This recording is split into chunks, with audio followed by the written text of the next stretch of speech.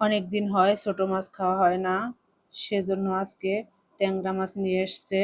সেগুলো দিয়ে ছাদ বাগানের টাটকা ধুন্দুল দিয়ে রান্না করব। মাছটা ভালো করে ধুয়ে পরিষ্কার করে নিয়েছি। এখন মশলাগুলো ভালোভাবে কষিয়ে নেব। মশলাটা কষানো শেষ হয়েছে, এখন মাছটা দিয়ে দিলাম। মাছটাও ভালো করে কষিয়ে নেব। কষানো শেষ, দিয়ে দিলাম অল্প একটু পানি। বেশি পানি দেওয়ার দরকার নেই, মাছ যেহেতু ছোট, অল্পতেই সিদ্ধ হয়ে যাবে।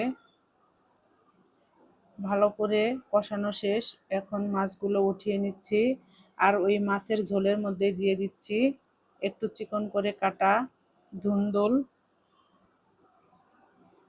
মাছ ছোট জন্যও ধুন্দুলগুলো একটু চিকন করে কেটে নিয়েছি। ধুন্দুলটা ভালো করে কষিয়ে নেব। ধুন্দুলে কিন্তু কোনো ঝোল দিতে হবে না,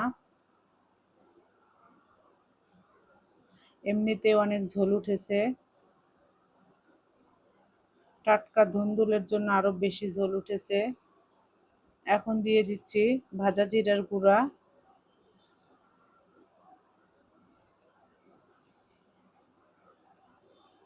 এখন দিয়ে দিলাম রান্না করে রাখা মাছ। আমাদের গ্রামে কিন্তু এভাবেই রান্না করে, আমিও ঠিক সেভাবেই রান্না করে নিলাম।